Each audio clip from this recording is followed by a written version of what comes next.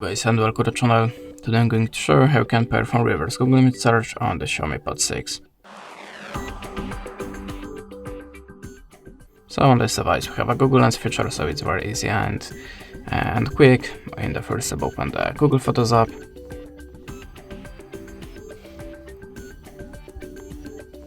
And now choose the photo that you want to search in the Google.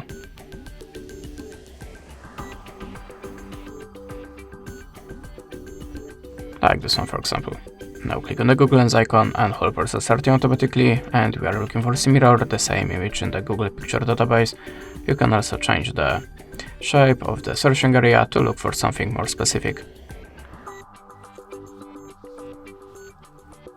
And this is how it works. So thanks for watching, leave us a like, recommend, and goodbye.